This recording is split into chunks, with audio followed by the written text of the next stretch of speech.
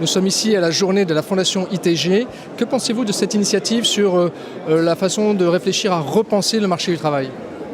Je pense que Philippe Vivien disait que c'était sans doute un espace unique.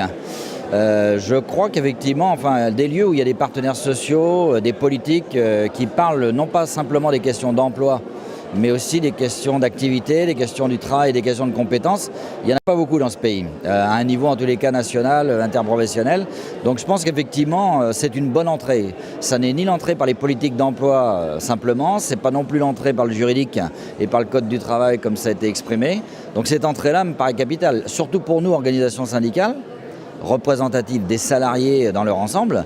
Si on ne repart pas, de cette proximité-là à partir du travail, de l'activité, de la compétence, on aura à voir les meilleures règles de représentativité et dire la CFDT est la première organisation en France.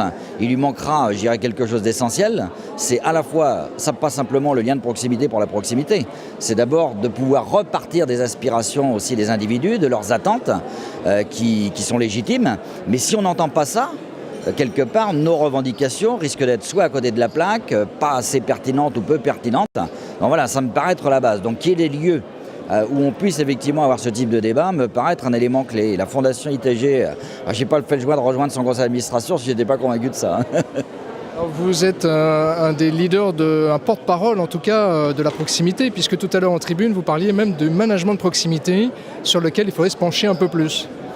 J'ai une conviction qu'on n'arrête pas de mettre le management de proximité, les managers de proximité à toutes les sauces, dans tous les rapports, mais j'ai encore jamais vu un rapport qui parle de c'est quoi les conditions d'appui, c'est quoi les conditions de la formation, comment est-ce qu'on va aider finalement ces publics-là à faire leur travail dans de bonnes conditions. Et les bonnes conditions, c'est justement d'organiser le travail, de repartir des aspirations. Le dernier témoignage était intéressant de ce point de vue-là du côté de Microsoft.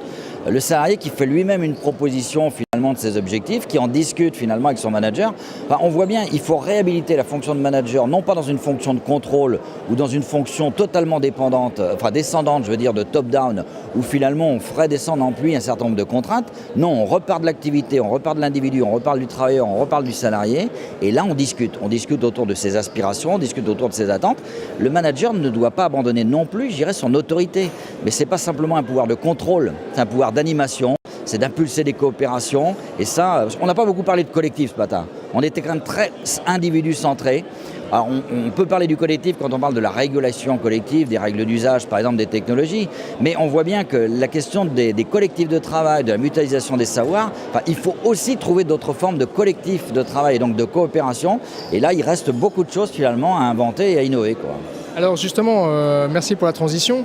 Ce qui est intermédiaire entre l'individu et le collectif, c'est peut-être justement la question de la protection sociale. J'avais une petite question à vous poser concernant les parcours non linéaires. Quelle protection sociale on peut imaginer pour ces personnes qui ont des parcours à différents statuts, à différents régimes ? Je crois qu'une partie de la réponse a été donnée effectivement à travers la question des droits. Et des droits transposables, donc attachés à l'individu et non pas simplement attachés à un statut ou attachés à une entreprise ou à une branche professionnelle.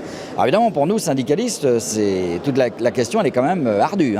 Parce qu'une bonne partie finalement des contrats, entre guillemets, viennent de contrats nationaux interprofessionnels, viennent parfois de contrats de branche. On a des conventions collectives avec des différences de traitement parfois qu'on a quand même un peu de mal à justifier. Donc il y a déjà 15 ans, quand on avait organisé le réseau des professionnels autonomes, donc ça préfigurait ce qu'on est en train de faire déjà aujourd'hui avec la Fondation, on parlait de continuum de protection sociale. C'est-à-dire, quels que soient finalement les statuts, quelles que soient effectivement les formes d'emploi, c'est qu'on puisse avoir effectivement un certain nombre de droits à minima. Et là, je pense que ce n'est pas la question de l'unique, ce n'est pas la question du compte unique. Moi, je préfère la notion de compte universel. Pourquoi ? Parce qu'il y a une dimension générique, il y a une question de socle minimal, mais on devra adapter ça à des contextes et donc on peut spécialiser un compte universel en fonction d'un certain nombre de contextes, mais il y a quelque part cette assise, ce continuum de protection sociale à minima attaché à l'individu et attaché à la personne. Ce qui ne sera pas simple, parce que j'ai aussi la présidence de la GIRC au niveau des retraites complémentaires. Une des premières choses à faire, c'est déjà, avant de parler de retraite ou de compte unique, déjà commencer à homogénéiser et à unifier, ou homogénéiser en tous les cas, c'est une première étape qui est incontournable.